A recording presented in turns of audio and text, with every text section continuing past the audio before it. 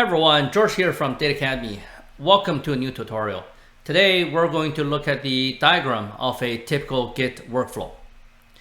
All right, let's get started. So on the screen here, you can see there are two sections. The upper section represents the remote repo on GitHub. And then the lower section here represents the local repo on your computer.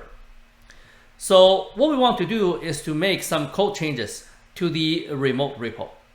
However, we cannot make changes directly on GitHub. We'll have to do it locally on our own computer. So then the first thing for us to do is to download the remote repo. And we can achieve that by doing git clone.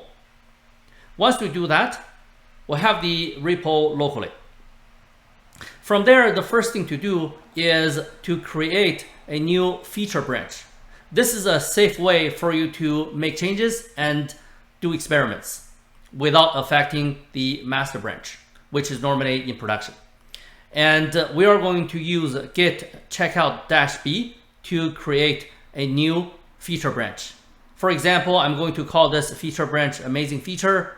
And then once I do this, I'm going to have this new amazing feature branch. And from there, I can safely make changes. And let's assume we're going to make a bunch of changes. And finally, we are satisfied with all those changes. What we are going to do is to do git add and git commit to ask Git to track and record all those changes.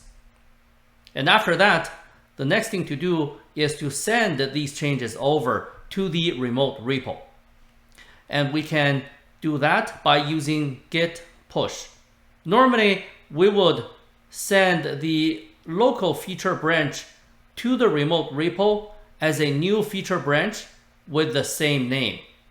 So remember, we called this amazing feature, and then if we push it over, then we are going to have a new amazing feature branch on the remote repo. And from there, we're going to ask someone to review our code. We're going to submit something that's called PR or pull request. Basically, we're saying, please review my code. If it's good, then please pull my changes. So that's why it's called a PR or pull request. So once the pull request is reviewed and approved by someone, then we are going to go ahead and merge our changes into the master branch.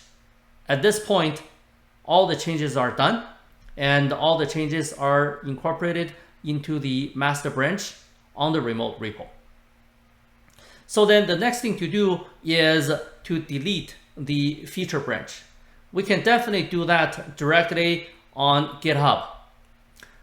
And also, we can go back to our local repo, and then we can delete our local feature branch by using git branch-d.